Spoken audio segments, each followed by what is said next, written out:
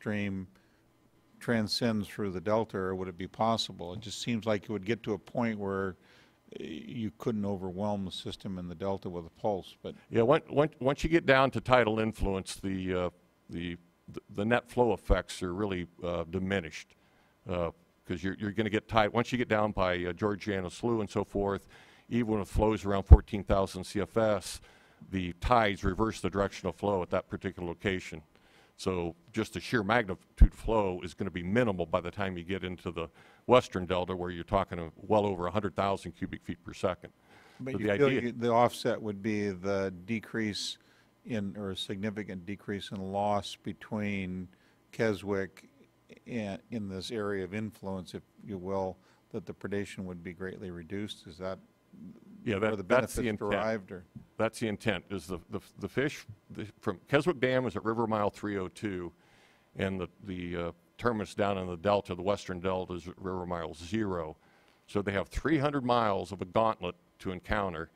And so the combination of reduced transit time, the increased flows, higher turbidity, all of these circumstances used in combination, I believe, will help reduce predation effects on the fish during their outmigration. The delta is a different animal, though. Okay. There's additional, and I'm going to touch on those. That's what I assumed you'd say, but thank you for the explanation. Right. This is an example, a hypothetical flow. This is a 6-day pulse flow superimposed on conditions in 2010. This would be equivalent to, I believe, around 100,000 acre-feet of water. And so the concept I'm trying to present here is that we may have the opportunities to explore what effect these have through adaptive management evaluations. Now, I chose that particular year because in 2010, Shasta nearly reached full pool, and knowing that in advance, we may have had the opportunity to purposely experiment with pulse flows such as the one I just showed here, and it may not have had significant adverse effects on the water supply. However, importantly, modeling is going to be necessary to confirm those assumptions. Last, I'm going to move on to some opportunities I think would benefit salmon. First, obviously the point of this workshop is modeling studies. There's no question modeling studies are much more sophisticated now than they were 20, 30 years ago, much more sophisticated. You're going to hear some folks talk here after me, talking about a lot of the models, talk about the options and evaluating things such as pulse flows. But really, from my perspective, most importantly, we have to make sure that whatever action we take does not adversely impact the thermal pools in the areas upstream, so we're not robbing Peter to pay Paul. Next, I would believe it's really prudent for the board to evaluate the efficacy of pulse flows, both with and without natural flow events. Now, I've looked at a lot of water temperature issues on the Feather, the American, and the Upper Sacramento River, and I've become convinced there are opportunities to fine-tune temperature compliance, both in the biological opinion of 2009 with NMFS and in what was originally Board Order 90-5. For example, winter-run salmon now spawn much closer upstream to Keswick Dam since the Red Bluff Diversion Dam gates are out. And I believe it's no longer necessary to put a compliance point so far downstream in an area where most of the fish, nearly all the fish, don't even spawn anymore. So if we can move that temperature compliance point further upstream, that would reserve more of the cold water pool later in the season, for example, fall run salmon spawning. Second to the last on this, and I think this is an important one, is Board Order 90-5 and the biological opinion have a water temperature flow management group. It's a relatively small group, mostly composed, or I think entirely composed of just a handful of folks from the agencies. And yet I've talked to a lot of the water managers, a lot of the computer modelers. They have some very clever ideas that I think potentially could result in some good measures to reoperate some of the larger reservoirs to benefit fish, putting more water in the river at appropriate times when it's most important for fish. And I'm a big advocate of action. I think that we need to greatly expand spawning gravel injections downstream of the major Central Valley dams. Moving more specifically to the Delta, one thing I didn't talk about, but this is emerging as I think a prominent item in many technical reports recently, and I'm a believer in it based on 15 years of traversing throughout the Delta. The Delta is severely lacking shallow water rearing habitats for juvenile salmon. I think there's ways where we can create pilot projects, evaluate the success or failure of those projects. If they're successful, expand them in appropriate migratory corridors where the fish would rear. Obviously, we need to fix this problem with breached levees. There are many, many hot spots in the Delta. You saw just a handful of the ones I've identified. Folks have identified other sites. Those can be fixed. We're not going to wipe out the predators. You're not going to fish them out. You're not going to kill them. I mean, that's a waste of time and money. However, what we need to do is tip the scales back in favor of the native fish and away from the non-native fish such as striped bass. We need to alter the habitats back to the natural conditions that previously existed. And the last one is something that's important to me. Having worked on Central Valley issues for 31 years, I'm beginning to see that many of the studies, particularly in the Delta, only lead to more studies. And it's becoming frustrating for me because... That's what we do. I know. And go to meetings. Go to studies, or do studies, go to meetings. And I'm serious about that. I have a little bit different concept of adaptive management than I think a lot of folks have. It's a little bit more pragmatic. Here's how I believe it should be implemented in the Delta, depicted by this particular graphic. We already know where a lot of the problems are. There's no need to keep studying the problem year after year after year. There are a lot of ideas that not only I have, but many other people have on potential actions to fix those problems. So I think we should implement site-specific actions, then study the effectiveness of the action.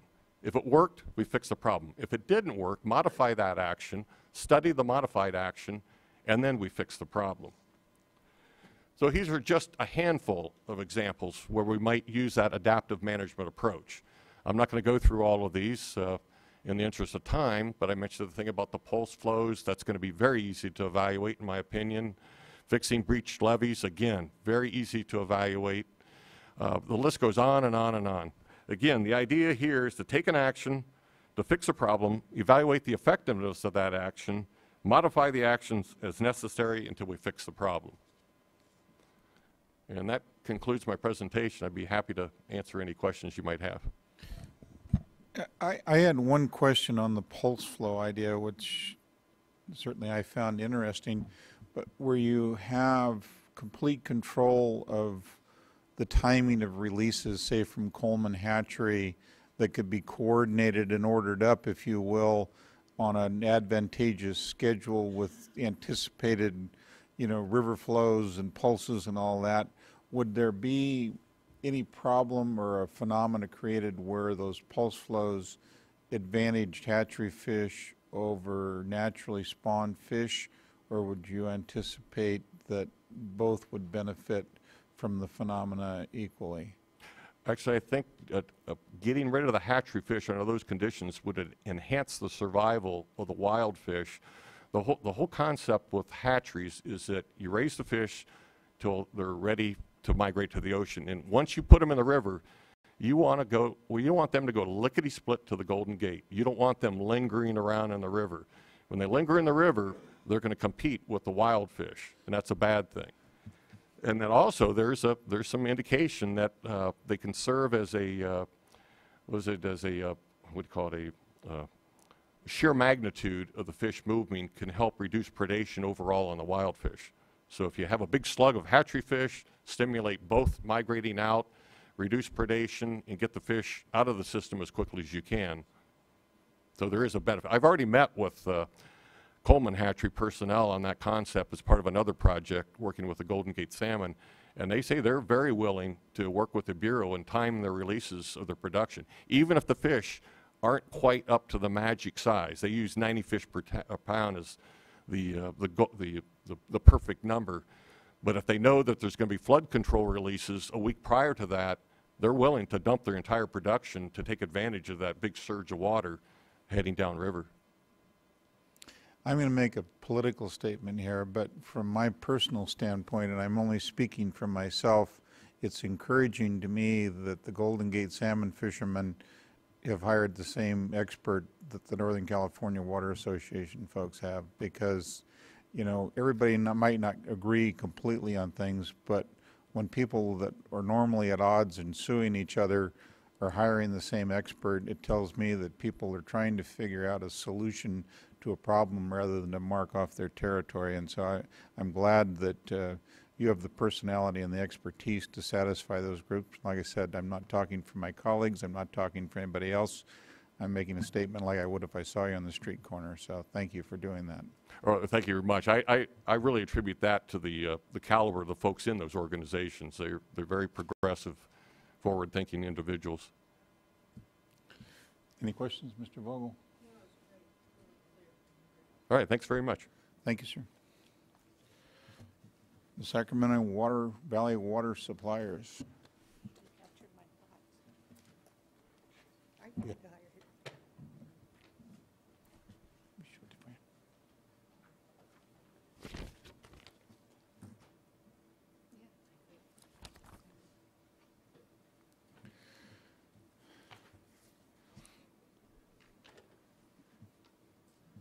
Still haven't gotten used to you without a mustache, so.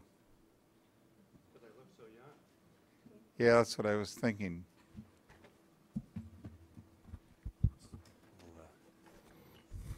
Switch them around.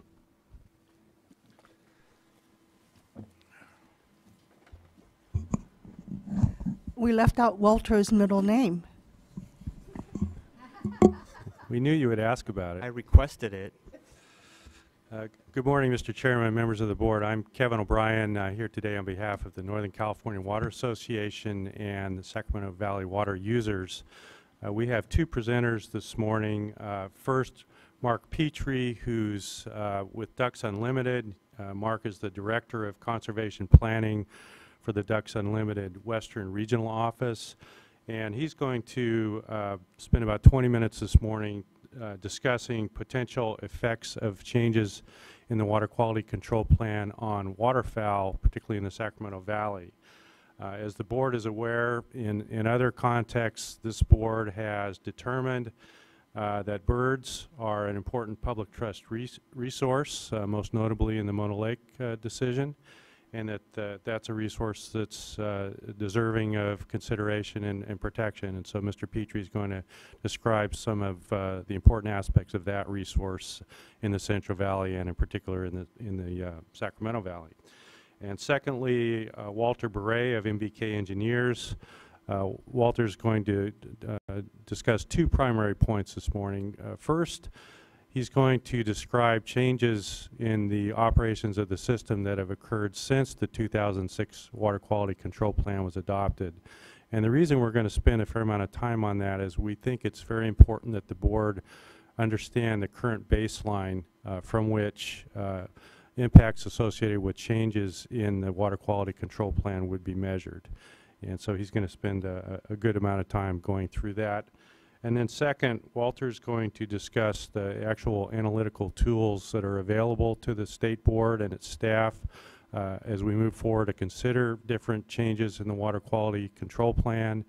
And he's going to take this example that Mr. Vogel just described of spring pulse flows and talk about how one might go about using these various tools to examine and evaluate that particular measure.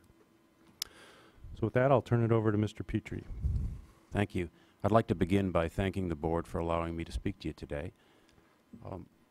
Oops.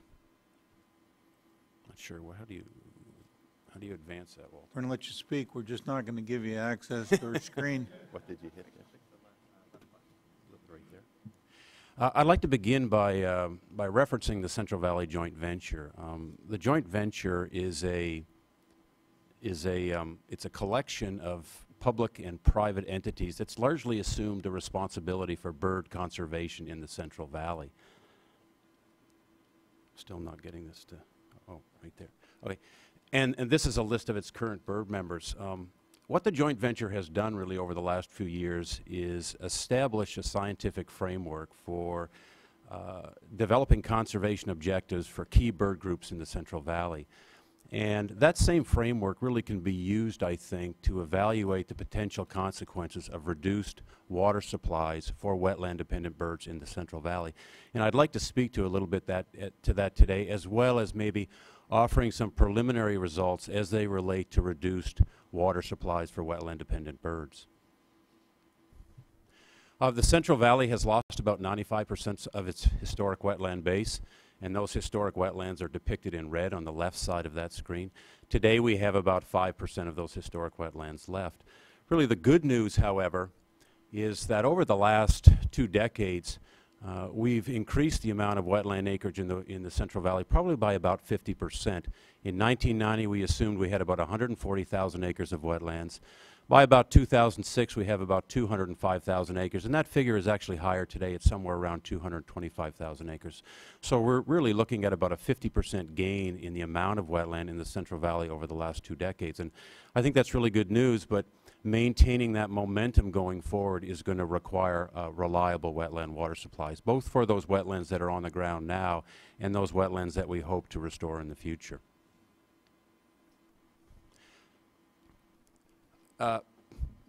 Most of the testimony, or my understanding of most of the testimony that occurs, has necessarily focused on fish. What I'd like to do is deviate from that a little bit and talk about some of the other groups of species, bird species in particular, that are very, very reliant on the Central Valley, specifically the Sacramento Valley. I'm going to focus largely on waterfowl today. From a continental perspective, we typically, waterfowl typically occur in one of 4 flyways: the Pacific Flyway, the Central Flyway, the Mississippi Flyway, and the Atlantic Flyway. Within the Pacific Flyway, the Central Valley is by far and away the most important region. It typically sustains about 60% of the wintering and migrating waterfowl that actually occur in the Pacific Flyway in any one year. So it dwarfs all other areas of the Pacific Flyway in terms of its importance, and by definition it makes it a continentally important region from a waterfowl perspective. If we focus just on the Sacramento Valley portion of the Central Valley, which I've circled up there on the screen, the valley contains about, or supports about 50% of all ducks that actually occur in the Central Valley, which is somewhere between 3 and 4 million ducks in a typical wintering period, and about 1 million geese in a typical year as well. By and large, that makes it probably supports the highest density of wintering and migratory waterfowl in the world. There are refuges in the Sacramento Valley which provide more water, which support more waterfowl than whole states within the U.S. So continentally, by itself, the Sacramento Valley is an extremely important part of the world from a waterfowl perspective. I will speak mostly about wintering and migratory waterfowl today, but the Central Valley is also fairly important from a breeding perspective. This slide depicts the breeding densities of waterfowl within the Central Valley, and you'll notice that those densities are typically highest in the northern part of the valley, in the Sac Valley. That's important for a couple reasons. One, about almost 70% of all wetlands in the Central Valley are privately owned and privately managed, and those landowners incur considerable expenses from one year to the next properly managing those habitats, and a lot of those habitats, frankly, are managed for the purpose of hunting. And so continuing to expect that private wetland manager investment in these wetlands, which provide benefits for multiple species beyond waterfowl, we have to ensure some kind of reasonable hunting success, and those basins in the Sacramento Valley are critically important for continuing to do that in the Central Valley as a whole.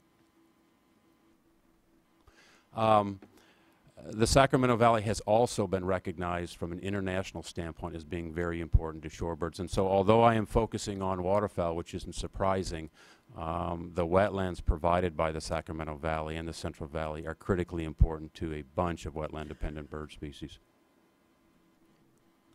This slide depicts the current distribution of wetlands, primarily managed wetlands in the Central Valley, and you can see that about half of those wetlands occur in those Sacramento Valley basins.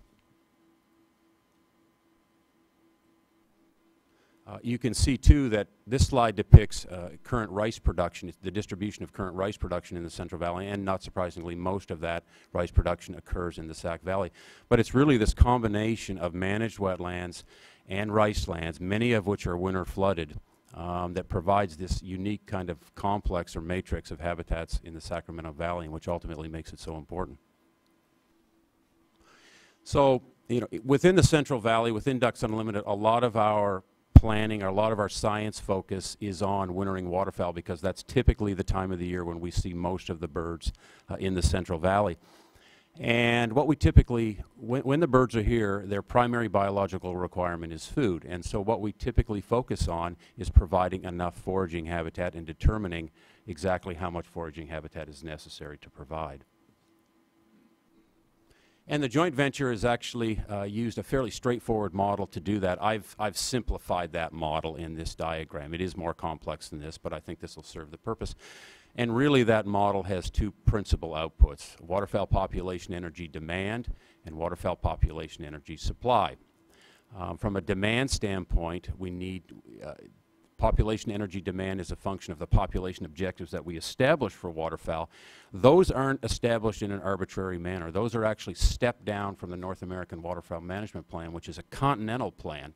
And those continental objectives are stepped down to individual drainage basins within the Central Valley. So our population objectives are not pulled out of thin air, but actually derived at the continental level. In terms of bird energy needs, that's simply an estimate of what the average bird in the Central Valley or Sac Valley requires from a food standpoint on a typical day. From the population energy supply side of things, we need to know something about the existing habitat acres that are out there, and we need to know something about the amount of food that is provided in those existing habitat acres.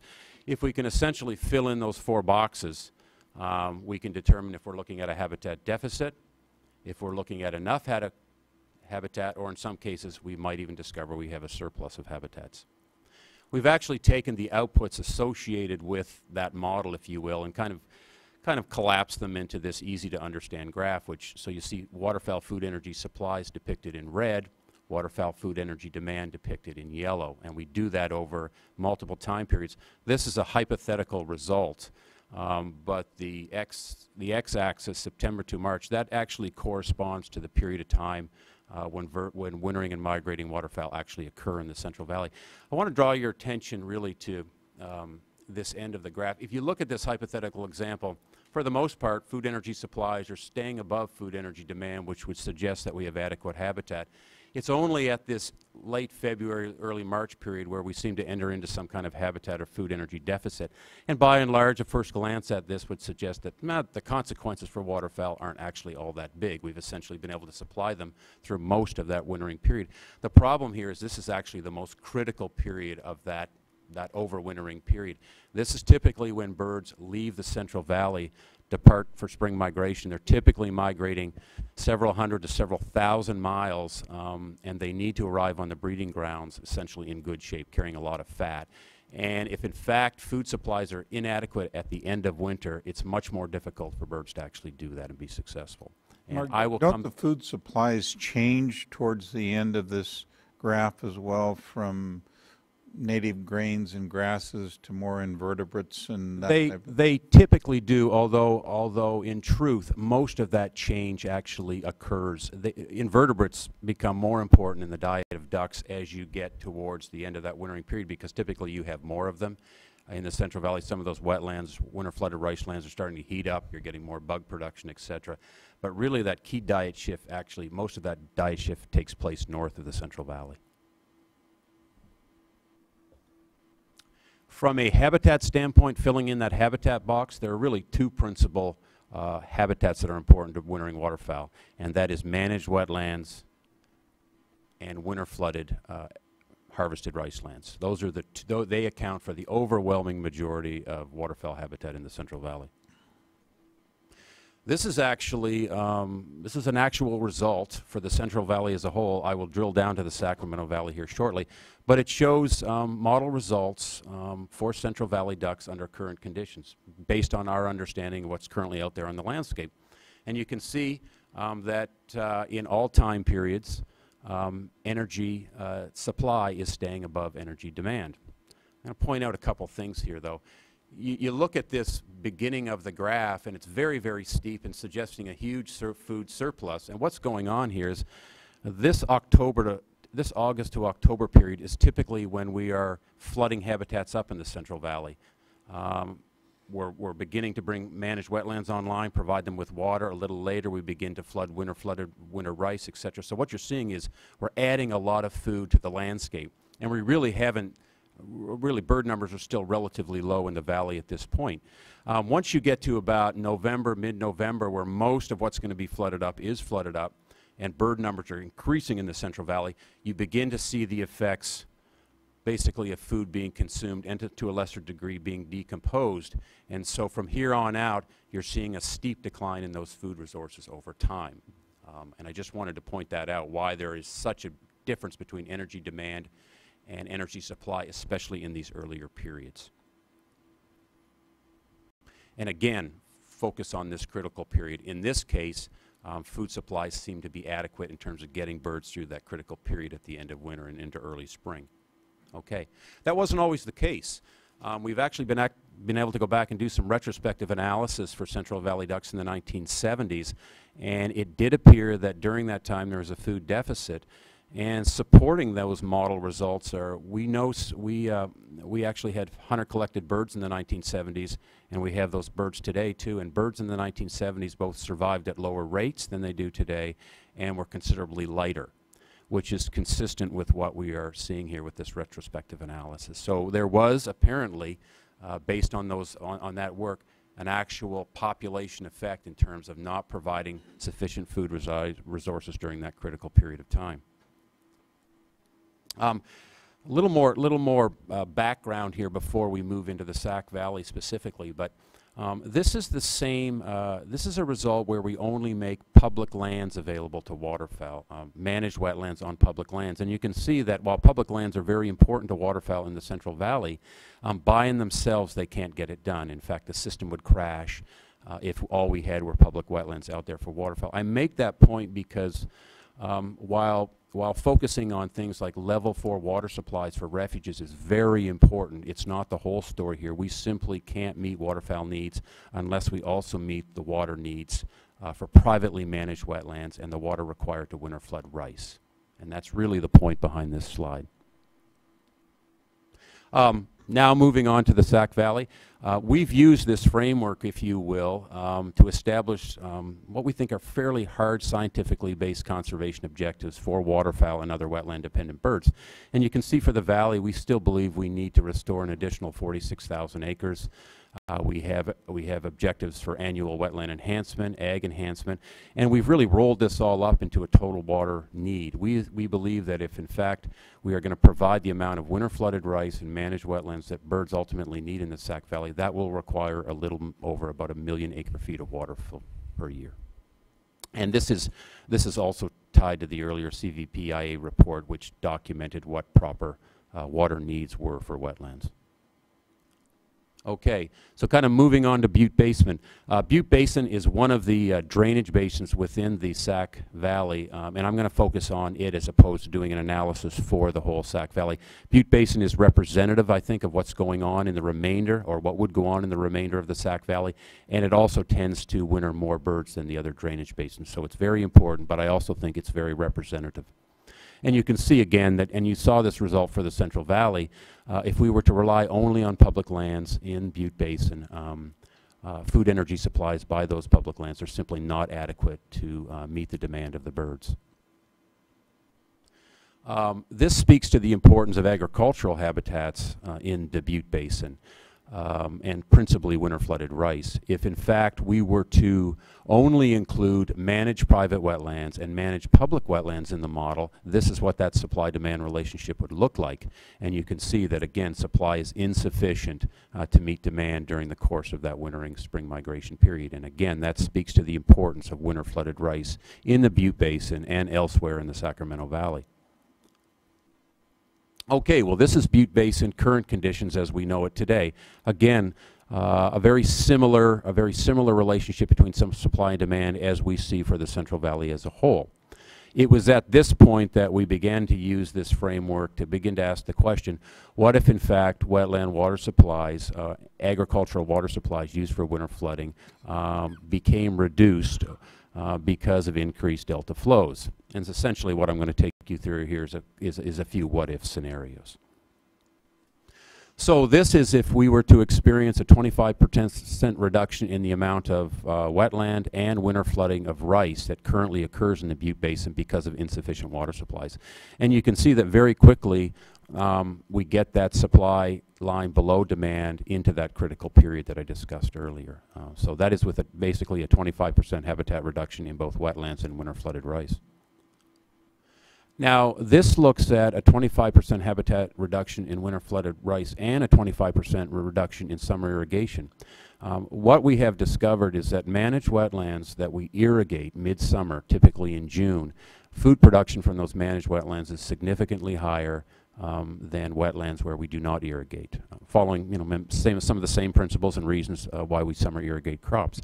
But this looks at if we reduced 25% of the acreage that was actually getting that summer irrigation treatment, and all that really does is back up that supply line further and further reduce food supplies during what I've deemed as that critical period. And again, we can push this as far as we want, but this is looking at a 40% habitat reduction and a 25% reduction in summer irrigation, and you can see that food supplies in this situation are running out by early January. Okay. When the joint venture developed its latest implementation plan, they essentially imposed a constraint upon themselves, and they said, we recognize that agricultural habitats and enhanced agricultural habitats are very, very important to waterfowl in the Central Valley, but we also understand that we don't have a lot of influence over agricultural markets, what's ultimately done with those lands, and what we essentially need to do is provide at least 50% of duck energy needs from wetlands, because virtually all wetlands in the Central Valley, whether they are private or public, are protected. And so that was a way of basically dealing with some sudden change in agricultural markets, which would leave you high and dry in terms of some of the food resources those habitats have been provided. And so the joint venture, and a lot of the joint venture's wetland restoration objectives flow from this constraint. Okay, so this is Butte Basin current conditions if in fact we impose this 50% constraint that wetlands have to meet 50% of waterfowl needs. Essentially what we did in the model is we cut the duck population in half, and we only allowed them access to wetland habitats to see where we were in satisfying that constraint. And you can see that we're not really close to being able to do that at this point. In fact, we would have to add somewhere between 15 and 20,000 acres of additional managed wetlands in Butte Basin to push that supply above the demand line. And that's where our wetland restoration objective actually comes from. If, in fact, we were to take those current conditions and then assume that 25% of existing wetlands would no longer receive adequate water supplies, you can see that it makes it even more difficult to meet this 50% constraint that the joint venture has imposed on itself. And, in fact, supply stays well below demand by about December. The message here is basically the same in terms of the consequences of reduced water supplies, but this is just presented with respect to a specific constraint that the joint venture thinks is particularly important from a conservation planning standpoint. I'm getting to the end here, but the issue, we don't plan in a vacuum here from a waterfowl standpoint. We're seeing water conflicts throughout the West, certainly not confined to the Central Valley. The problem is becoming very acute in the Klamath Basin and elsewhere in the West. And we recognize that we need to look for solutions that meet waterfowl needs in the context of an increasingly competitive water market, if you will. And the model that the joint venture has used to establish population objectives, has used to establish conservation objectives, and which I think I've demonstrated to you, we're now modifying that model so that in any given output, not only will we be able to look at what the supply-demand relationship is of a given management scenario, but we'll also be able to determine what that management scenario requires in terms of acre-feet of water over that period of time too, because we're very interested in finding solutions that meet the needs of waterfowl, but also ultimately realize that water is not an unlimited resource and that we need to seek management prescriptions that kind of are able to meet waterfowl needs, but with maybe less water, if you will. So we're very, very aware of the water constraints that are out there, and we're trying to operate within that forum. And I believe that's all I have. Thank you. Your graphs remind me of how I used to manage my in-laws. After a period of time when the food supply didn't meet the demand, they'd migrate.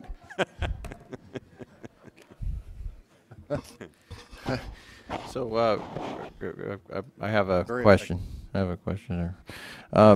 So in the spirit of disclosing model limitations, as we talked about with our invited panel, I'd like you to elucidate a few of the steps between volume of water and energy, and what are some of the assumptions there in terms of you know, the steps and the importance that where you could weight certain kinds of habitat, you know, what factors would you use to weight them more in terms of energy production?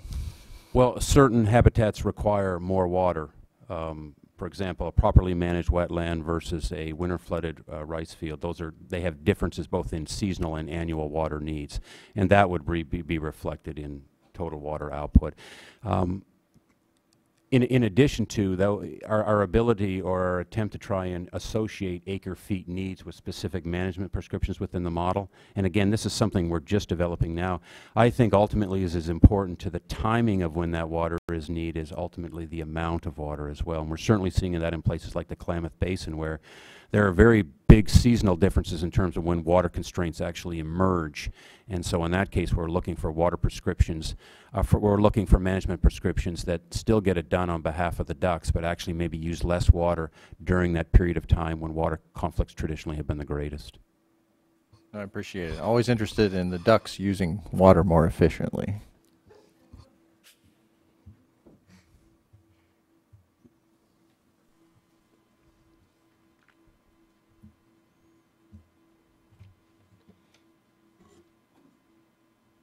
Hi, I'm Walter Beret, and I'm going to talk about several things here today. As Kevin mentioned, the first I want to review some of the questions that the reason we're here today. And the main questions are what types of analysis should be completed to estimate water supply, hydrodynamic, and hydropower effects of potential changes to the Bay Delta plan. Secondly, what analytical tools should be used to evaluate these effects? What are the advantages, disadvantages, and limitations of these tools? And I know you guys have heard a lot about these tools yesterday and today, and I'm going to skip over some of the finer details that have already been presented. But one important thing that we wanted to present is what has changed since 2006. Since 2006, there has been a lot of changes to the water system. And applying these tools that we have available to understand those changes are very helpful in trying to understand how we can apply these tools to see what might happen with additional changes. So I'm going to explain some of these analytical tools and use the application of these tools in understanding what's changed since 2006, but also touch base on how we can evaluate Dave Vogel's proposals for spring pulse flows, and how would we use the available tools to evaluate that in a comprehensive manner. And lastly, I'm going to touch on use of data, particularly the unimpaired flow data, what it is, and DWR touched on this a bit yesterday in quite a bit of detail.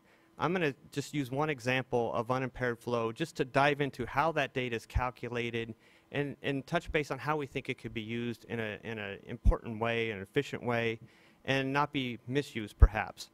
And we're going to touch base on using the Sacramento River Basin as an example, where the unimpaired flow for the entire Sacramento Basin is estimated by multiplying 2.18 times the estimated unimpaired flow of the Bear River. And we're going to touch base on that in a little bit more detail after we go through some of these other issues. So what has changed since 2006? Since the adoption of the 2006 Water Quality Control Plan, there have been significant changes to the water system. Changes in the Yuba River pursuant to the Yuba Accord, changes in the Feather River pursuant to Oroville FERC relicensing.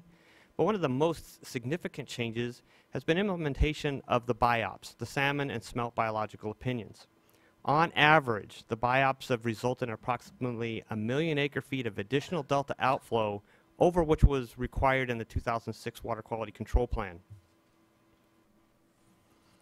So a little bit of background on the system, and I know you have seen this before. I presented this in Workshop 1. And there's a lot of requirements in the system in the Upper Sacramento River Basin. These are just some of the key ones. There's orders of magnitude more requirements in water rights for a lot of the tributaries in the basin. But what's happened since 2006 upstream is the NIMS biological opinion has additional operating criteria for Shasta. There's FERC requirements for Oroville operation, the Yuba Accord on the Yuba River. On the American River, there's flow and temperature requirements. On Clear Creek, there's pulse flow requirements for the biological opinions. In addition to those requirements, and I know you've seen this probably a number of times, there's a large number of requirements just specified under D1641. There's delta outflow requirements, a variety of delta outflow requirements, X2, minimum flows, there's flows in the Sac River at Rio Vista, flows at Vernalis, export limitations, and a large number of water quality control points within the system, delta cross-channel gate operation. All of these are incorporated in the models that we use and are represented in the models to depict today's operations.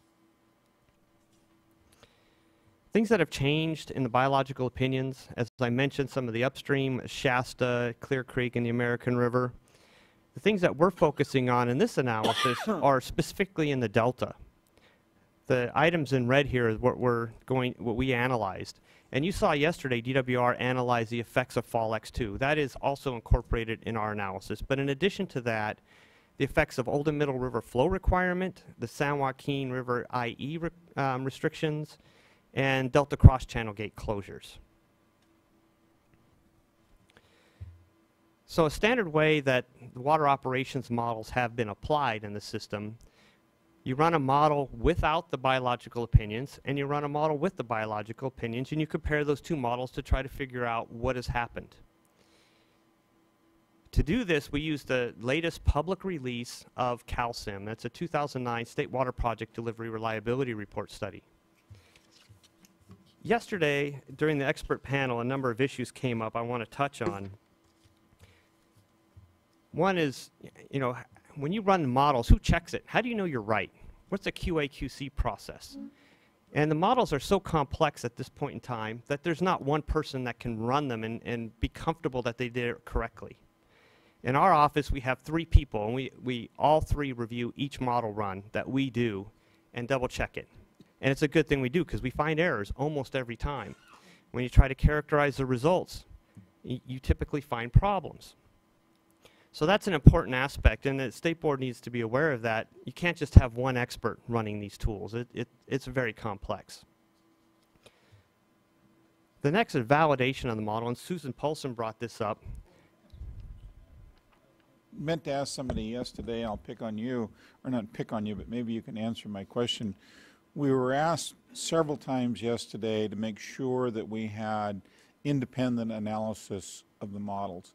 And it just seems to me that there aren't a lot of people out there that are qualified to be analyzing the model unless they're another modeler that really wants to make their model look better than the one that they're analyzing. Where do you find somebody that is uniquely qualified to analyze a model that doesn't have a dog in the fight, I guess, is what I'm asking.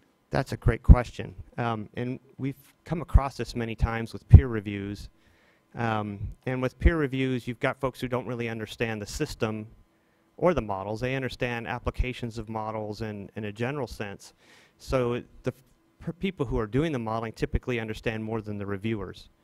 When we perform modeling as a team, we have quite a number of folks who review the tools. One of the problems that we're faced with is not just understanding the models, but understanding the system. It's much easier to understand a model and how the numbers are crunched than it is to understand the system and how it operates. And we modelers typically make that mistake. We want to understand the models, but we don't go in and say, well, why are those releases? For example, today, Tracy's pumping, Jones Pumping Plant's pumping 1,700 CFS. Yesterday it was pumping 4,000. Why did that change? And, you know, I could talk to Paul Fujitani and figure out how that changed. But does our models pick up those types of things that are happening in the real system? So some of the things that we do is we run our model results by the operators of the system, which are a great litmus test. Is this real? And we typically do that with a lot of our models. Finding an expert, I can name all the experts because we all know each other and we all share ideas. And we could tell And you. you all work for somebody. Pardon me? And you all work for somebody. Yeah, I think I work for almost everybody is one of the problems too. I'm not saying that to be critical of you, Walter. I'm just trying to figure out how you get an unbiased analysis, I guess is simply what I'm asking.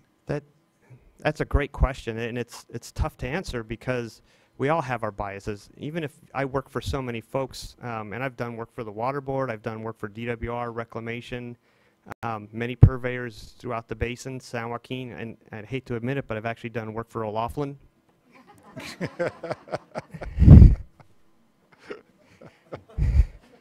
So, I mean, so what we try to do, and I could say that in the modeling community, they're very good about giving an honest answer. No matter who you're doing that work for, you're going to get the same answer, the same model run at the same level of detail. And it's a matter of having a good group looking at it. For the State Water Board, I think DWR is an outstanding resource for you. Eric Reyes is a very good modeler, and he's got a lot of experience. At Reclamation, they have a suite of modelers, and they hire us, and we work with them. To get a modeler up to speed, I say it's a minimum of 2 years working full-time under somebody who understands the system and the models.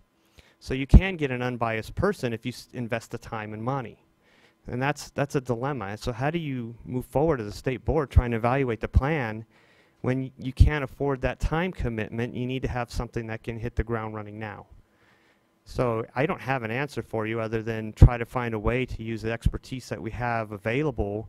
And if you have folks that are on different sides of the fence working for different folks, trying to get them to work together more closely. Just like Jay Lund said, it's got to be a community type effort to try to get something that everybody agrees on in terms of the analysis.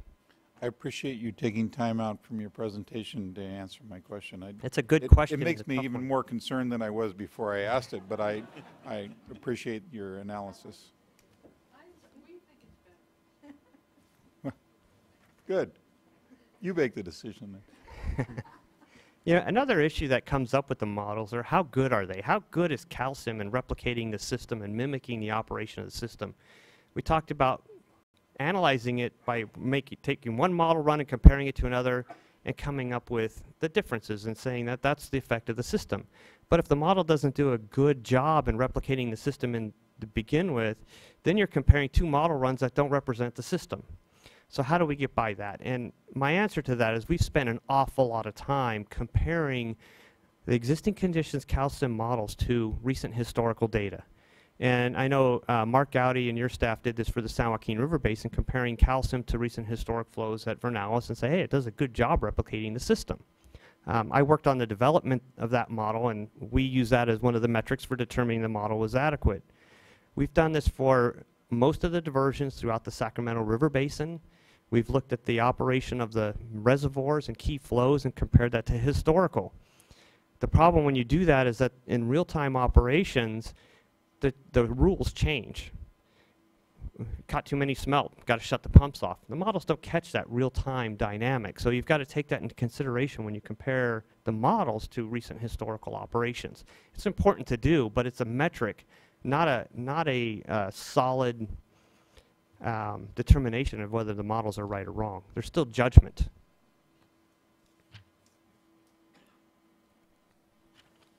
So in applying the suite of tools to this particular example of what's changed since 2006, there's a suite of tools here I'm going to touch on in quite a bit more detail, but what I'm going to focus on is my personal expertise is water operations modeling.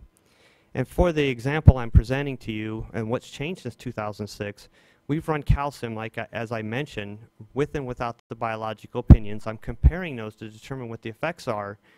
However, we haven't done all the subsequent analysis that's needed to be done to truly look at the trade-offs. One of the important things, as I mentioned, is understanding the system you're modeling. In order to understand the results of the modeling, you first need to understand the system you're modeling. So this slide is intended just to give a brief overview. The key features of the CVP SWP, the CVP has Trinity at 2.4 million acre feet, Shasta at 4.5 million acre feet, Folsom at 1 million acre feet, and Delta Exports at 4,600 CFS capacity.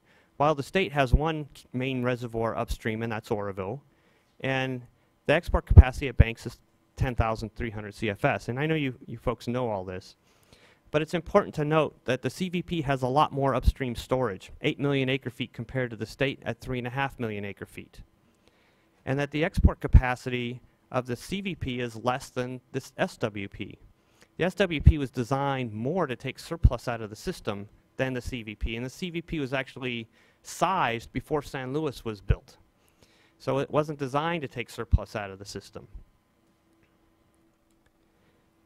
Some other key components of the system is you look at the average inflow to each of these tributaries and the storage available. Trinity, the average annual inflow to Trinity is 1.3 million acre feet, and the storage is 2.4. So when you impact Trinity by drawing it down a little bit, there's a high likelihood that that drawdown is going to persist for many years. Folsom, on the other hand, the inflow is 2.7 million acre feet, and the storage is 1 million acre feet. So if you pull Folsom down, there's a higher probability that's going to refill. And it's actually operated that way. Since it has a higher probability of refill, you don't want to draw Shasta down and have it persist for many years in a drought. There's less risk at Folsom. And that's one of the reasons it responds so much to the delta. And a key component is when you look at the average inflow to these reservoirs, it's about 45% exceedance. And it's really important to note that on the lower end of these exceedances, particularly say Folsom, at the lower inflows, there's not enough inflow to meet the demands of the system for fish, for cold water pool management, and for urban demands. So you have to rely on the higher flows and store that water so you have it for those drier conditions.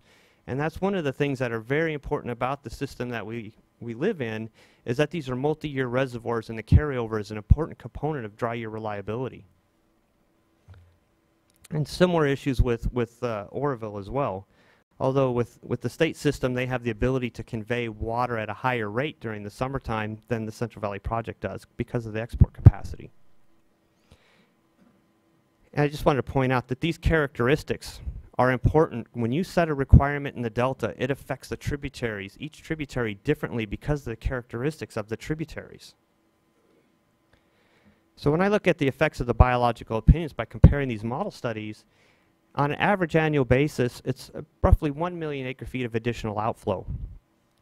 And I look at the critical years, a 500,000 acre feet in a critical year could be much more valuable than 1.3 million acre feet in a wet year. And I look at the timing of why the outflow has increased. Some of it's Fall X2. Some of it is old and middle river flow requirements. Those requirements prevent the system prevent diverters from taking a lot of surplus out of the system, and for a legitimate reason. But San Joaquin IE also prevents taking that surplus out of the system. And as DWR pointed out yesterday, the increases in September of 10,000 CFS in a wet year, 8,000 CFS in a above normal year, that's the storage that we need to protect ourselves against droughts. And that's one of the effects that I see predominant in a lot of these comparisons, as you saw yesterday when Eric Reyes presented the results of Fall X2. So now, just summarizing the changes to the State Water Project, this top graph is an exceedance probability plot, and this is storage on the y-axis. And the way to read these plots, and I'm sure you know this, is 30% of the time with the biological opinions, Oroville carryover storage end of September will exceed 2.1 million acre feet. Without the biological opinions, 30% of the time it would exceed 2.7 million acre feet. It's a difference of about 600,000 acre feet. On an average, annual average basis, the biological opinions, according to the models, is showing 350,000 acre feet decrease in Oroville carryover storage. A large part of that is due to Fall X2, but some of it is because we've taken away the ability to take surplus out of the system, and the projects have to rely on stored water now to support the demands as well as to meet Fall X2. That comes out of storage because that water is not naturally available. The impact of the State Water Project in these studies is roughly 700,000 acre feet on an average annual basis. Now looking at the Central Valley project, focusing on Shasta here, the average drop in Shasta carryover is about 80,000 acre-feet. And critical year deficit or reduction is roughly 200,000 acre-feet, and that's the average of all critical years. An important thing with Shasta is when you're low in storage like that, the impacts to temperature are the greatest. We're below the RPA level specified in the salmon biological opinion, and this is primarily due to fall X2. And you'll notice when you look at the flows below Keswick, and above normal in wet years, we have significantly higher flows. And in November, that's also to support fall X2, in addition to other things. But what's really important about Shasta and the flows in the Sacramento River, in June and July and some August, the flow is lower. And in order to meet temperature compliance downstream, this flow is very important. We manage Shasta to, the cold water pool in Shasta to meet temperature compliance. If you cut off the flow, you have to put colder water out, take it out lower in the reservoir. If you have more mass in the river, you can have the water a little bit warmer and it'll still be cooler downstream. The analogy is if you took a gallon jug of cold water and a cup of cold water and walked down the riverbed, the cup of cold water is going to get warmer much faster than the gallon jug. Same thing with the amount of flow that you have in the river. So if you cut off the flow in the summertime, you have to tap into the cold water. And when you tap into that cold water, that means you run the risk of running out of the cold water, the coldest water for winter run later in the year. So there's a balance, a difficult balance, and Reclamation spends an awful lot of time each year with a group trying to figure out the way to manage this. So the average annual impact to CVP due to the biological opinions, according to the models, is roughly 270,000 acre-feet.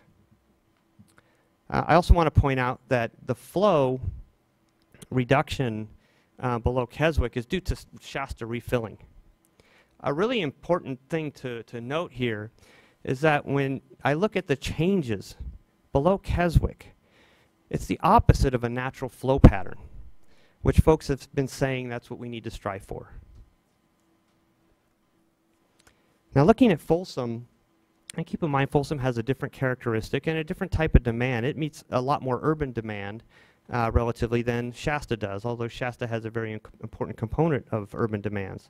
The annual average reduction in carryover is roughly 10,000 acre-feet, and critical years 35.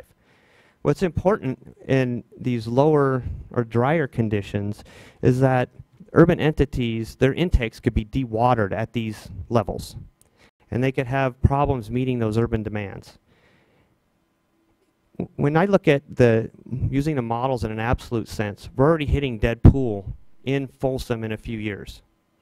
And when I looked at the average, the inflow in those types of years relative to the demands on the system for cold water pool and for to meet demands, we don't have enough. We have to rely on storage. And a lot of this reduction in the drier years are due to this release in the wetter years. And you can see that Folsom does increase its releases in September, but less in June. We're not releasing for exports in June because of the export restrictions, but we're releasing it in September. Again, this is not a natural flow pattern change. So what overall operationally, the CVP SWP can't rely on surplus flows as much as we used to, and we have to rely on stored water. Because that surplus is limited and we have to rely on stored water, we end up with lower reservoir storage, as then we have decreased the water supply reliability for many beneficial uses, including salmon.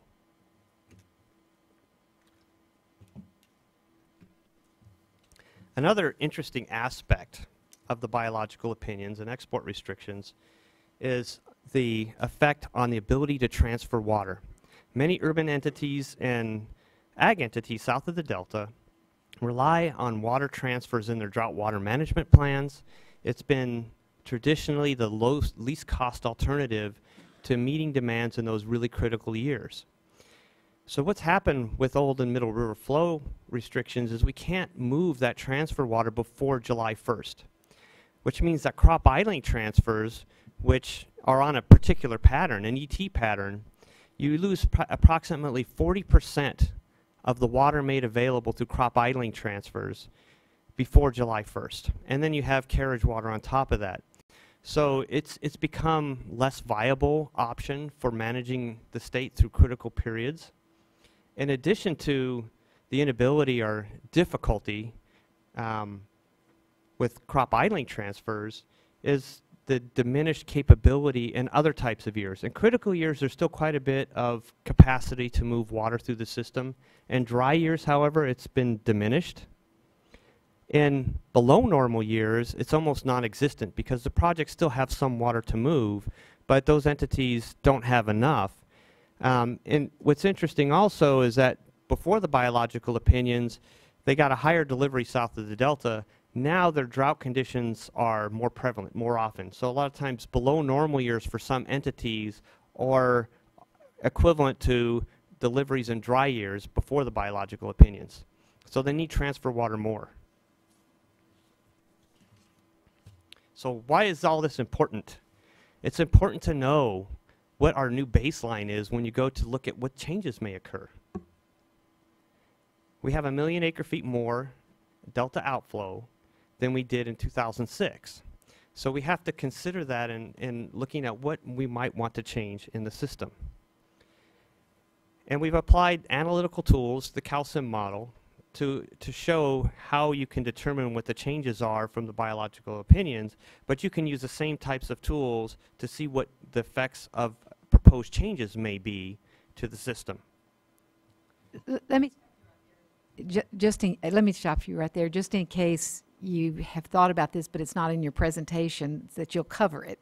And because you're looking inside the system for where you can, for changes that you can make so that you can make it more optimal for more interests, or, you know, for more, for fish as well as for others. Have you spent much time looking at things that could change outside the system? For example, other kinds of water retention approaches. I know they've looked at wet meadows in some of the Sierra area. Well, certainly reservoirs are possibilities.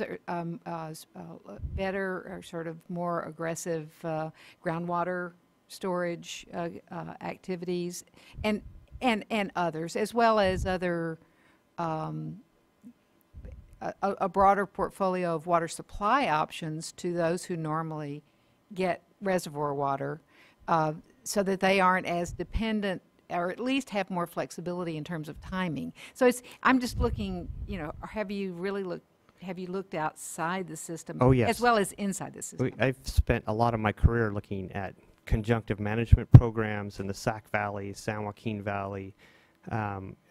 We've been lead modelers on Temperance Flat, Delta wetlands. We've worked on Sites Reservoir, Shasta enlargement. And a lot of these programs, folks are always looking at ways to enhance their water supply, and we do quite a bit of that work. Depending upon, you know, what you're trying to accomplish with that water supply, and I think enlarged Shasta got brought up. I can't remember who brought it up, but it got brought up in front of the water board. It may have been yesterday. And what's the yield from that reservoir? And what's the cold water pool benefits? Because there's, you know, whatever project you look at, it has different benefits. Groundwater is a more complex one. We're working on projects right now to better understand the groundwater dynamic. When you pump, when does it refill? What are the effects of that refill? How can you better use conjunctive management within the Sacramento Basin? And it's a very dynamic basin, very well connected to the river basin. And we're trying to gain better understanding of that and how to use it. And that was one of the solutions for Phase 8, was using conjunctive management to meet those demands. And there is an opportunity there.